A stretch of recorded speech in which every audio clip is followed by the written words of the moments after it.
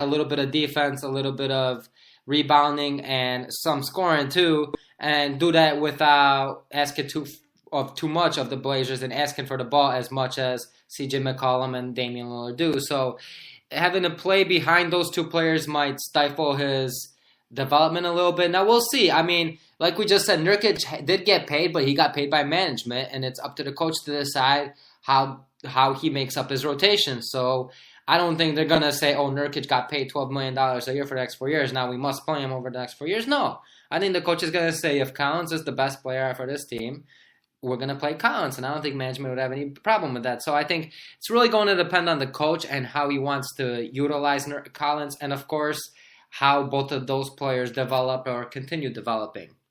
Yeah, I mean, I do think I know they paid Nurkic, but I just don't think because of his defensive limits and the fact that he can't step out.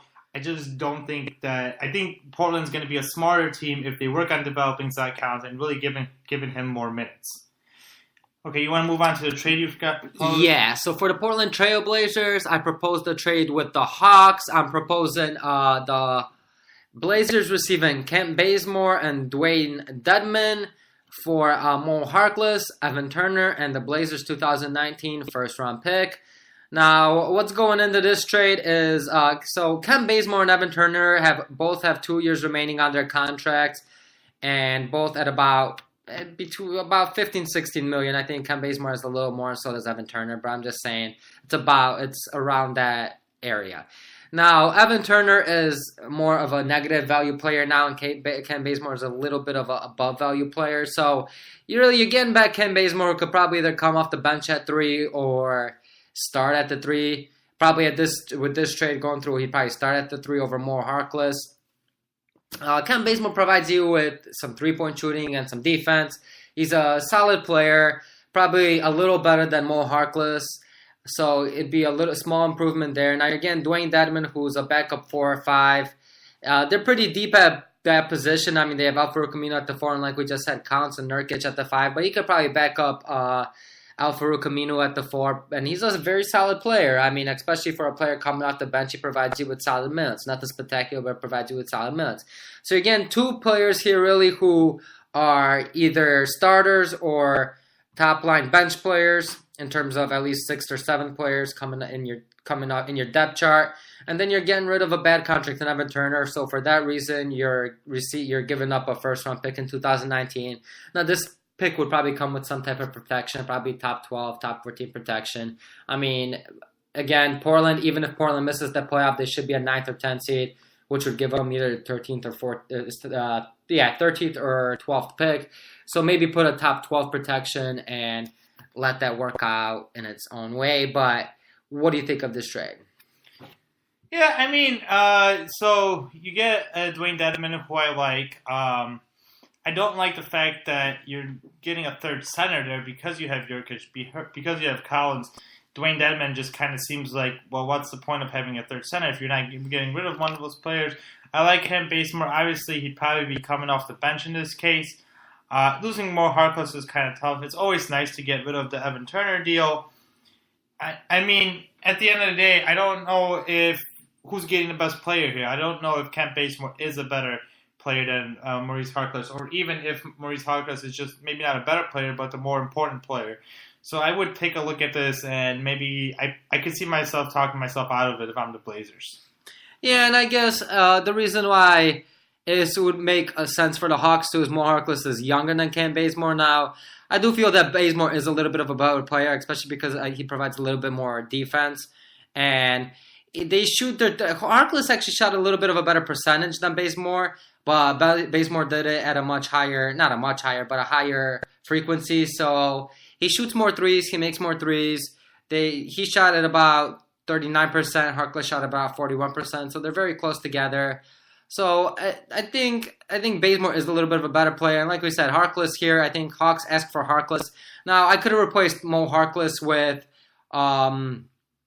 Meyers Leonard here and really have Hawks taking on 2 bad contracts for this first-round pick, which would still probably be worth it for the Hawks. I mean, you're getting a pick that should be about 13th or 14th, which is a pretty high pick for the Blazers to be given up. And maybe if not, it'll still probably be somewhere between the 13 and the 17, 18 range. So it'll still be a pretty high pick.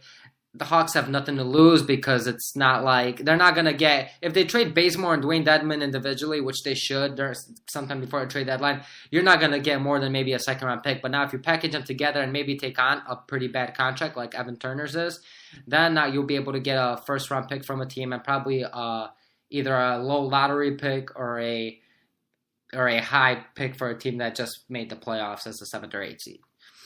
Okay, so now let's talk about the next team, which we have is the Oklahoma City Thunder, who a lot of experts believe the Oklahoma City Thunder are going to be the team that's going to be the best in the league. I obviously am going to disagree with this. Last year's record at 48-34.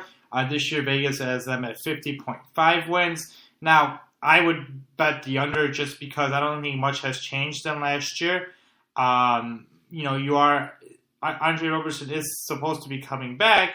I just don't believe he's the one who's going to make that much of a difference. Now, you still have Russell Westbrook. You still have Paul George. You do lose Carmelo Anthony, which might end up becoming a good thing for them. But I don't believe that the Thunder are that great, mainly because I am a Russell Westbrook hater. I don't believe he's a great stats guy. He works his butt off. I just don't believe he's a great player to be with.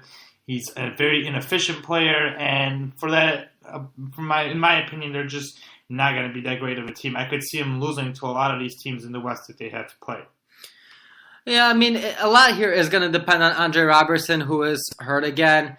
I think as much as people could knock him for his offensive skill set, the advanced stats did prove last year that with him on the floor, the Thunder were a very productive team. So I think a lot will depend on how he does, how Schroeder comes into this team, and how what type of chemistry he has with the players, and whether he's okay even with coming off the bench. I mean, it might be difficult for him who's used to being a starter and probably believes he should be a starter. I mean, I could see him being a potential problem for this team if he's not getting enough minutes, and really how Jeremy Grant develops as their starting power forward. So there's a lot of factors that come into this team's success. I think with Westbrook and now Paul George being a little more comfortable there, being his second year there, I think those two players will really shine, and Steven Adams will do his thing like he has been doing the last couple of years. But it's really going to depend on the three players I just mentioned, in Grant, Robertson, and Schroeder, and really the rest of their bench and how they fit into this team. Yeah, and then I am just reading an update. It does seem like Andre Roberson, it's going to take him a little bit to come back, so he's not going to be there at least for the start of the season. It looks like maybe December or January are timetables when he will be coming back. So that is kind of going to hurt the team, especially since those games are, just as valuable at the start of the season as they are at the end of the season. Well, yeah, and especially because he missed most of the second half this past season. Now coming back in January, February, you've not been playing, live basketball for almost a year. It's going to take him some time to adjust. And this is not only a very deep division, but a very deep conference. So it'll be interesting to see how the Thunder fare going into January and at what position they're in terms of Western Conference standings. Yes, and so as a breakout player, I chose Jeremy Grant, who obviously got paid like a breakout player last year. He averaged 8.4 points, 4 rebounds. He shot under 30% from the three-point line, but this was a pretty big dip because his first few years, it was only he averaged about 1.5 three-pointers a game, but he shot it at a 37% clip, which is much higher than the under 30 he had last year. And it's not like last year he shot more threes. It just went down. Now, so I do believe Jeremy Grant has to really improve in that area in order to really be considered a backup player and really be able to contribute to this team. But Jeremy Grant is able to really play well in this modern NBA. He does the little things. He's athletic. He plays defense. So I do believe he's going to be a breakout player and one who, in order for Oklahoma to succeed, he has to really step up and improve his game. And obviously he's a way different player than Carmelo Anthony, but in order for them to be better, he's kind of got to do more stuff in the role of Carmelo Anthony. Yeah, and I think, the Thunder are looking for him to be kind of like what Al-Farouq Aminu is for the Blazers. Is someone who could really come in and play some real good defense, hit the three-pointer here and there when he's open. But really, they're looking for a lot of energy for him to provide a lot of athleticism in terms of maybe locking down players on the wing and locking down players on the inside, and just being that type of X factor player, maybe in the role of Andre Robertson, the way he does when he's out on the court, when he's actually playing, who's someone that will definitely not get much recognition, but someone who will really make a difference on his team. I think they'll be looking for that from Grant, especially now that he has become a starter for this team and will probably play starter minutes because of the fact that the Thunder do lack depth as well, at least pretty decent depth. So moving on now, again, this trade I prepared for the Thunder, it's a trade I prepared a couple weeks ago when preparing for this division, for this preview of the division, and I stuck with it because I still think it makes a lot of sense for the Thunder to take this risk. It is Jimmy Butler and Gorgui Dieng for Dennis Schroeder, Andre Robertson, and Jeremy Grant. Now, I don't know if this is the best deal that the Timberwolves could receive, and they might ask for either at least a second-round pick and maybe even a first-round pick.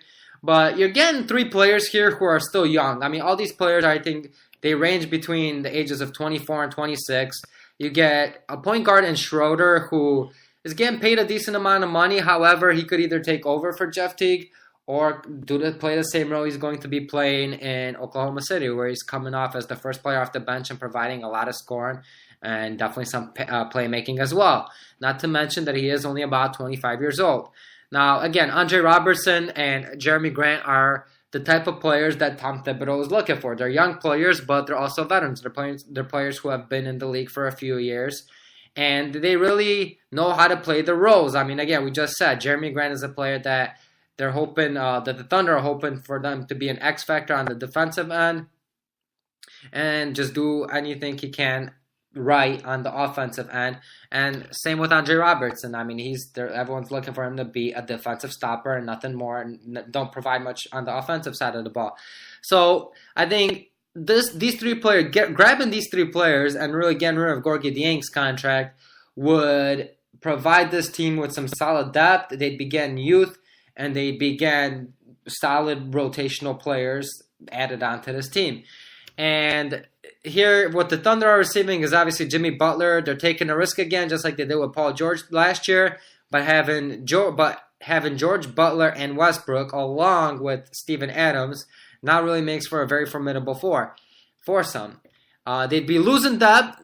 They would have to figure out a way to make up for that. I mean, Gorgui Dieng 2 years ago was a solid player in the league. He'd be able to come in and maybe get more playing time. He wouldn't shine, but he could be a player that comes in and really becomes that 5th starter on this team.